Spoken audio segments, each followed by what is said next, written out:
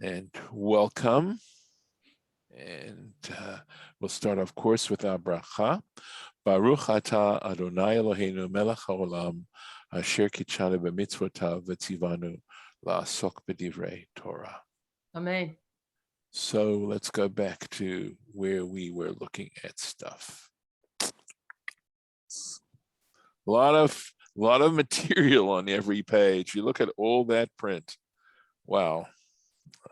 Okay, I was looking at some latest stuff going through, but let's see. Make sure. Yep. Okay, so we're actually here. V'chashakta. And remember, we just said yesterday that we wanted to define this word v'chashakta, which describes his desiring her.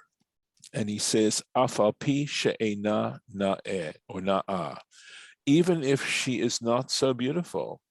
The issue isn't how much of a yafat toar she is. The issue has more to do with how he feels about about her, and how much he's, quote, in love with her. That's the real issue. And so she might not be so beautiful, but if he is in love with her to that extent, I mean, totally gaga. And this supports what we were saying before, that the Torah is really speaking about where this person is, because if the Torah forbids this practice, he's going to do it anyway. So a very,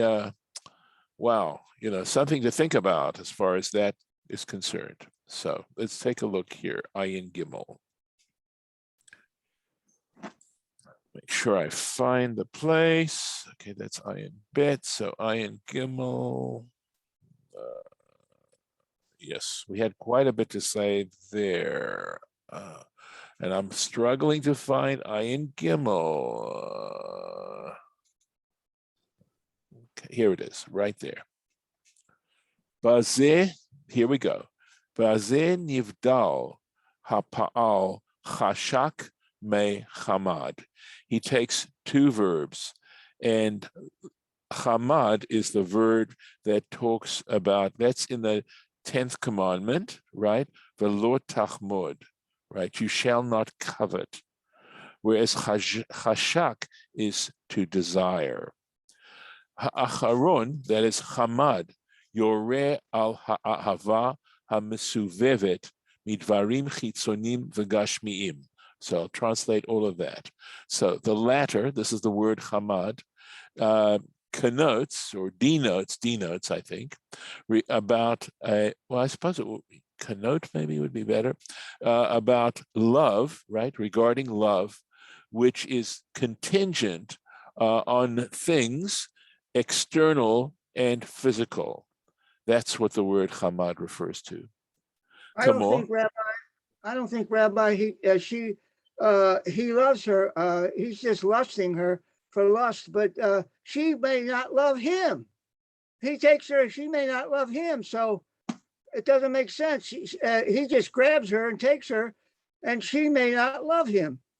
So that is, of course, the $120,000 question, right?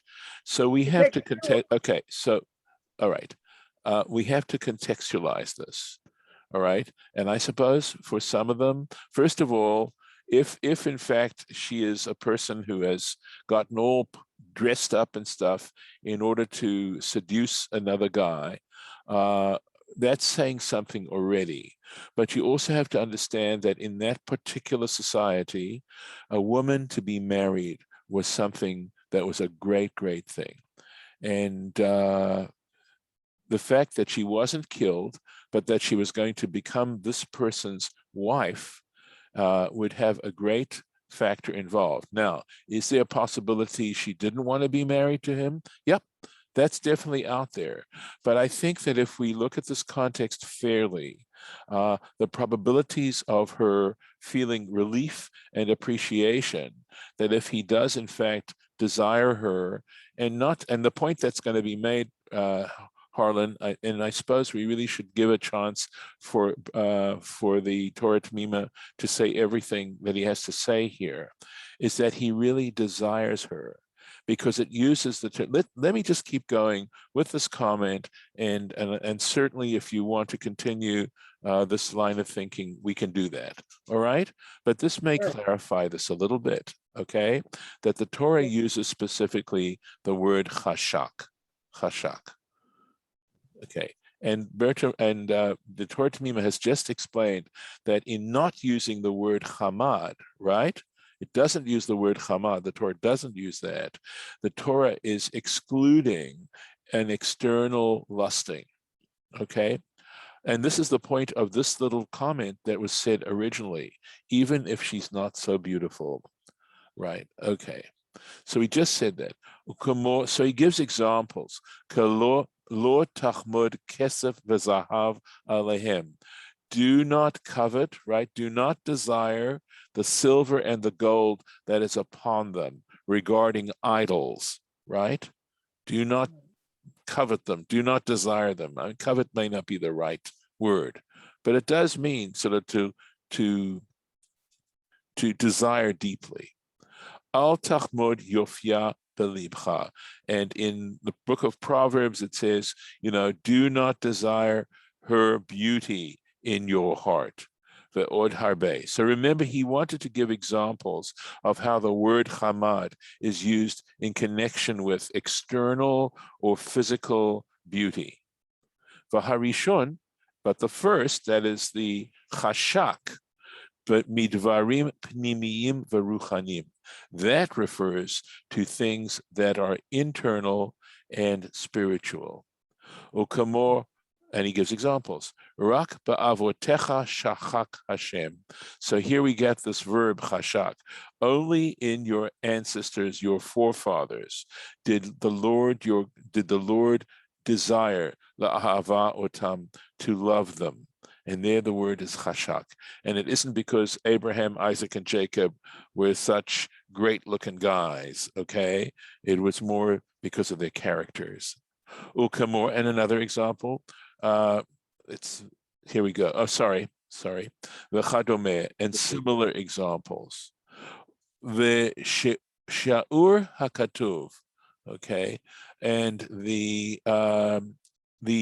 and scripture apportions v'ra'ita, it says you shall see, v'lakachta, and you shall take, al yedei, because shehi na'eh b'mar'ita, okay? So there it says because she's beautiful in her appearance, or v'chashakta, and it says or you desire her, v'lakcha, and you take her, lakachta, afal pi she'ena na'a, even though she isn't so beautiful. So we'll keep going. Okay, yeah, we'll keep going on this and pull this a little bit further. Okay, and it says ba, you desire her, and keep in mind this word that we just had up there, velo ba uvechavirta. Yeah, cool your jets. In her, yes, you desire her, but not her companion. In other words, this only applies if you desire one woman, not more than one woman.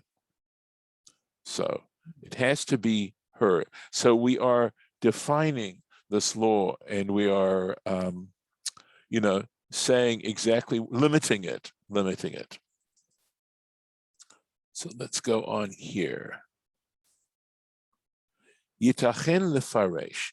It would appear that we can explain kavanat drasha zo, the intention of this particular drash, al pi hamavoar bedrasha hakodemet, in relationship to what was explained in the previous drash, the one we just did. Shekol ikar din yafator, that the whole purpose, right, the whole issue of this law of of Yafat Torah, of the beautiful woman, right, taken in captivity. Who mishum de lo dibra Torah. So this is a previous, not the immediate previous one, although I think in some ways it does refer to that as well. But that we made that comment, lo dibra Torah ela keneged yetzahara, that the Torah was only trying to take into account a person's yetzahara, a person's lust. Okay, so explaining now. Im kain, and if this is the case, tzarich sheyeh choshek ba be'emet, and in this case, he has to desire her truthfully. His desire for her has to be genuine. Ad sheyesh lachush, to the point that, in other words, here we are really talking about what Hallmark loves to describe, right? True love. He really, really loves this woman, and to a point that you would say, she'im lo yitiruha lo, if they do not give him permission to marry her, yisa'ena bi'isur, he would marry her regardless. He would take her regardless because he is so in love with her. Oshi'ara haTorah, okay, and the Torah calculates ki im choshek bishtayim, right? It figures that if in fact he desires two, right? If he wants two women, nikar, immediately you can tell she'ein choshek be'emet b'chol achat, that he doesn't really love either one. Ya'an, because ki ifshar lahov shtaim ke'achat, because it's impossible to love two in the way that you love one, right? You have to leave something over if you're going to love more than one. So that's why it's only if it's her and not more than one. And I really appreciate what what the Torah Temimah is doing here. And for this reason, and if this is the case, he loves more than one woman, he's desiring more than one woman, ein noheg heter yafat Torah, then the permission to marry a yafat Torah and the woman taken in captivity is no longer valid. He no longer has permission. Vezehu she'amar, and that's the point where it says v'chashakta ba v'lo ba u'v'chavirta. In other words, you should be in love, you should desire her and not she and her companion. V'dok, he says, QED. Umizeh tam hadrasha b'midrash chazita. Okay, and with a similar point to be made about true love, right? And that it applies to your soulmate. That's what it's referring to. Not your soul's mate or your soulmates, but your soulmate, right? In the Midrash on Shir Hashirim, Chazita, v'alai shukato, it says in chapter 7, it says, and upon me is his desire. In other words, I am in love with him.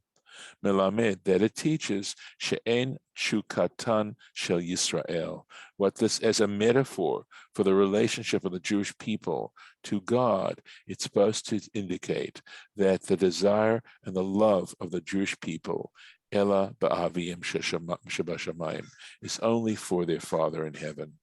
That their soul love is for God.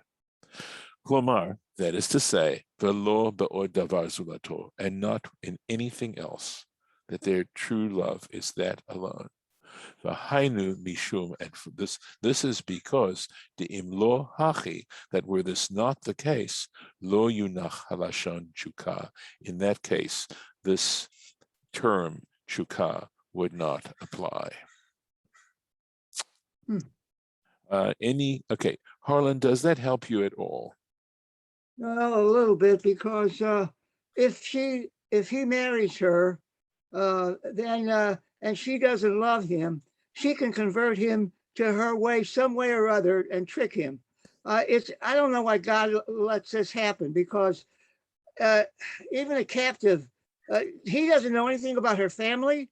He doesn't know anything about the Canaanites' pagan results, and he's marrying something out of his religion, out of his tribe, and God says you're not supposed to do that in the beginning.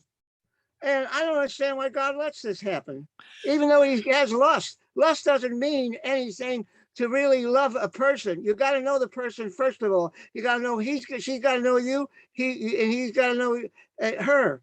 It takes a long time to know each other, not just to grab somebody. That's wrong.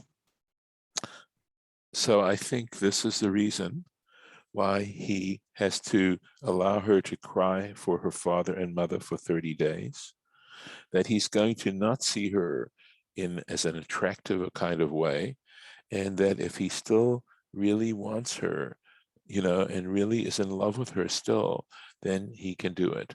I admit that there is the possibility that she is not in love with him. We all know stories about unrequited love, okay?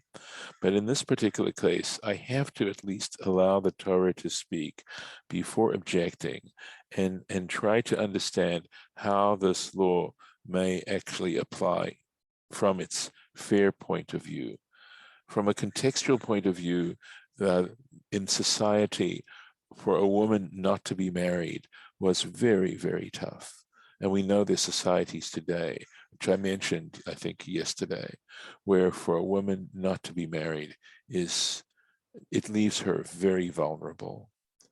And yes, there are many assumptions that are going into this particular law, but the truth of the matter is that the Torah always speaks in broad strokes, and in trying to apply these laws to reality, the kinds of objections that you're raising are absolutely valid, and one has to, if one is going to try and actually be Torah, trying to actually practice Torah, you have to take into account all these particular issues. But at the same time, there needs to be an underlying desire to try to fulfill the words of the Torah as best as you can. Yes, I'm not going to deny that, but I would also suspect that, that if he treats her well, if he treats her respectfully, if he gives her a good life, I mean, there are all kinds of things that a Jewish husband is supposed to do for his wife, by the way, and he's marrying her. So yes, there's the possibility that she is going to lead him astray and all those sorts of things. But apparently in this particular situation that the Torah is describing, the Torah is less concerned about that, all right, than allowing soldiers to go out and rape women wholesale, okay? They're very concerned about that. And they're trying to legislate, the Torah is trying to legislate as much as possible that the women get treated, at least in this particular case, as fairly as possible. So, Rabbi? Yes. You talk about broad strokes. Yeah. And so instead of just focusing on what happens if he is led astray, let's also focus on the broad stroke of unconditional love, is what the Torah is truly teaching. So that includes being in love with someone who is not your faith, who is not color, who may be your sex. So it's including everything. And I love these kinds of discussions because we can talk about all those facets. Thank you. Right. I mean, the fair thing is, of course, is that the Torah also speaks, unfortunately, in ways that would, challenge what you just said. But I think I really do appreciate the point. Yeah, go ahead. Wait a minute. Okay. That's what I prefaced it with. Okay, that's what you meant. All increments in the whole. Okay. So I wasn't saying specifically this is the only, I'm saying this is part of the whole. Thank you. Yes, thank you. I appreciate your clarifying that for me. I misunderstood where you were coming from when you spoke in when you mentioned broad strokes. So thank you. Yeah, agreed. I mean, the Torah wants to be a living teaching. Okay, and that requires balancing, and the circumstances alter cases kind of thing. Here's a very clear example, of circumstances alter cases. But also remember, the commentaries are saying if you go ahead and do this, you're going to be in trouble, right? Does that mean inevitably? No, but it is saying, be careful. I think again, the Torah is trying to protect the person by understanding ba as meaning only her and limiting the law to only this one woman. And the way the Torah Temimah is interpreting it, to try and not have a disastrous result because of this situation. Which also includes that rarity where that love, as I had for Bruce, who was a Southern Baptist, that just says there is that room, though, for that soulmate, that true love, which because we're all one, we all go back to the same one. Right. So there's that possibility. It's not like you don't have to jump through hoops, and it's not like you're not going to be judged and you're going to struggle with issues in the future. It just includes that possibility that there is that kind of love. Thank you. All right. We are actually out of time. I'll move this down here because the next one, I'll just do the Hebrew here because then I'll stop the recording. But it says, Velakachta, you shall take her. Melamed, so this teaches, Shelikuchin yesh lecha ba. What it's saying is that it's saying that you have a legitimate marriage. That you are that in this situation, the woman you're marrying, even though she's from, one of the captives, it's a legitimate marriage.